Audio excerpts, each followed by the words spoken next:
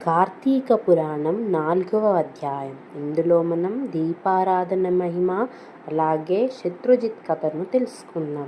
ఈ విధముగా వశిష్ఠుడు కార్తీక మాస వ్రతం యొక్క మహిమ వల్ల బ్రహ్మ రాక్షస జన్మ నుండి కూడా విముక్తి నొందెదరని చెప్పుచుండగా, జనకుడు మహితపస్విత తమరు తెలియజేయు ఇతిహాసములు వినిన కొలది తనివి తీరకున్నది.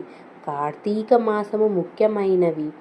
ఏమేమి చెయ్యవలయునో, ఎవరు ఉద్దేశించి పూజ చేయవలెనుయో వివరింపుడు అని కోరగా, వశిష్ఠులు ఇలా చెప్పేది: జనకా, కార్తీక మాసమందు సర్వ సత్కార్యములను చేయవచ్చును. దీపారాధన మందు అతి ముఖ్యము. దీని వలన మిగులు ఫలము నొందవచ్చును.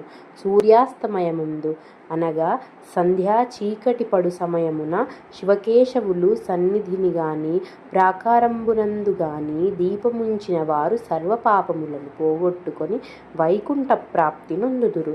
కార్తీక మాసమందు హరిహరాదులు సన్నిధిలో ఆవు నేతితో గాని కొబ్బరి నూనెతో గాని విప్ప నూనెతో గాని ఏదీ దొరకనప్పుడు ఆముదముతో గాని దీపము వెలిగించి ఉంచవలెను.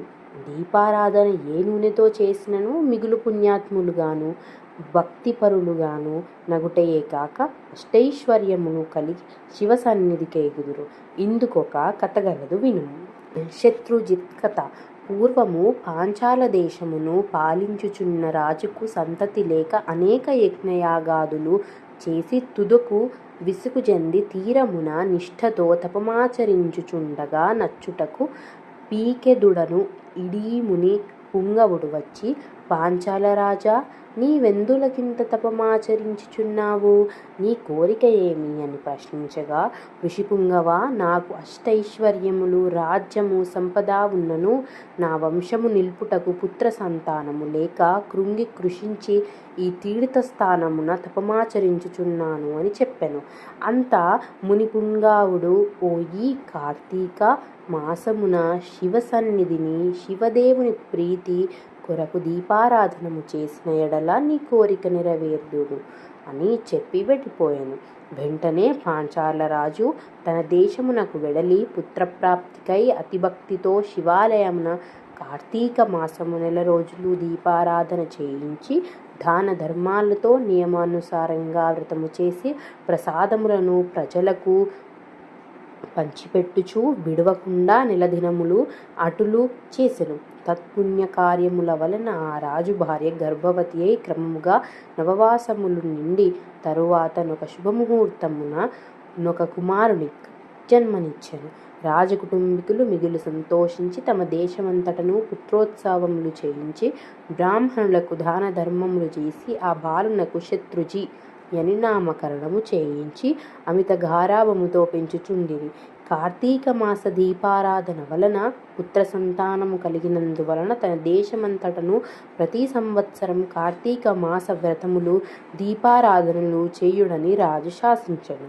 రాకుమారుడు శత్రుజీ దినదిన ప్రవర్తమానుడగు చూచి సకల శాస్త్రములు చదివి ధనుర్విద్య, కత్తిసాము మొదలగునవి నేర్చుకొనెను. కానీ యవ్వనమునను రాగానే దుష్టుల సహవాసము చేతను తల్లిదండ్రుల గారాభము చేతను తన కంటికింపకు స్త్రీలకు బలాత్కారించుచు ఎదురించిన వారిని దండించుచు తన కామ వాంఛ తీర్చుకొనుచుండెను. తల్లిదండ్రులు కూడా తమకు లేక లేక కలిగిన కుమారుణ్ణి ఎడల చూచి చూడనట్లు విని విననట్లు ఉండేది. శత్రుజీ ఆ రాజ్యములో తన కార్యములకు అడ్డు చెప్పు వారలను నరుకుదునని కత్తి పట్టుకొని ప్రజలను భయకంపితులను చేయుచుండెను. అటుల తిరుగుచుండగా నొక దినమున నొక బ్రాహ్మణ పడుచును చూచుట తటస్థించెను. ఆమె ఒక ఉత్తమ బ్రాహ్మణ పడుచును చూచుట తటస్థించెను. ఆమె ఒక ఉత్తమ భార్య, మిగులు రూపావతి. ఆమె అందచందములను వర్ణించుటకు మన్మధునికైనను శక్యము కాదు.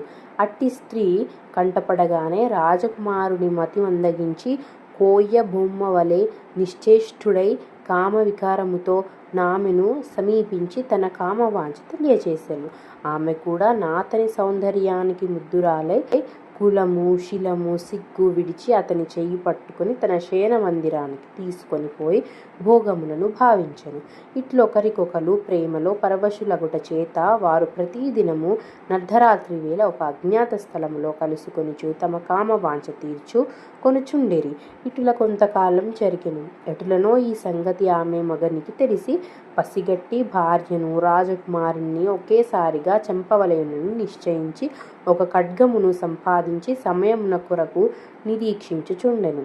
ఇట్లుండగా కార్తీక శుద్ధ పౌర్ణమి రోజున ఆ ప్రేమకులిరువురు శివాలయమున కలుసుకొనవలెనని నిర్ణయించుకొని ఎవరికి వారు రహస్య మార్గమున బయలుదేరిరి.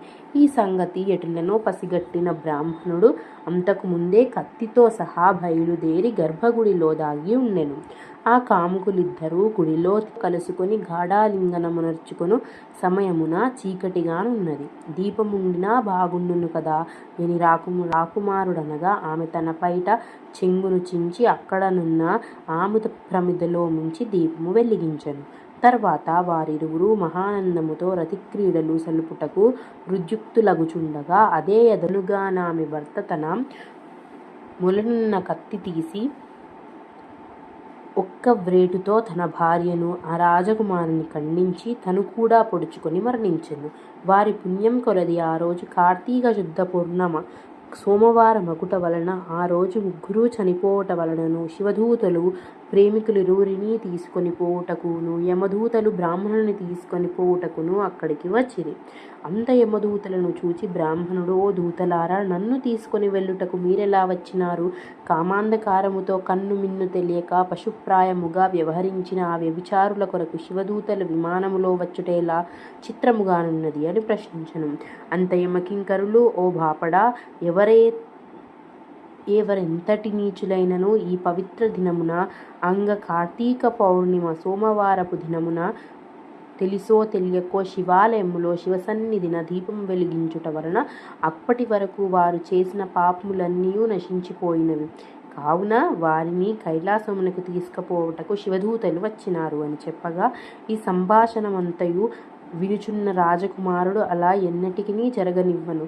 తప్పొప్పులు ఎలాగున్నప్పటికీ మేము ముగ్గురము ఒకే సమయంలో ఒక స్థలములో మరణించితిమి కనుక ఆ ఫలము మా అందరికీ వర్తించవలసిందేనని తాము చేసిన దీపారాధన ఫలములో కొంత ఆ బ్రాహ్మణునకు దానం చేసెను. వెంటనే అతనిని కూడా పుష్పక విమానం ఎక్కించుకొని శివ సాన్నిధ్యమునకు చేర్చిరి. వింటివా రాజా, శివాలయములో దీపారాధన చేయుట వలన ఆ ప్రేమికులు పాపములు పోవుటయే గాక కైలాస ప్రాప్తి కూడా కలిగెను. కావున కార్తీక మాసములో నక్షత్రమాలయందు దీపముంచిన వారు జన్మరాహిత్యమందుదురు. ఇట్లు స్కాంద పురాణాంతర్గత వశిష్ఠ ప్రోక్త కార్తీక మహత్యమందలి 4వ అధ్యాయం సమాప్తం.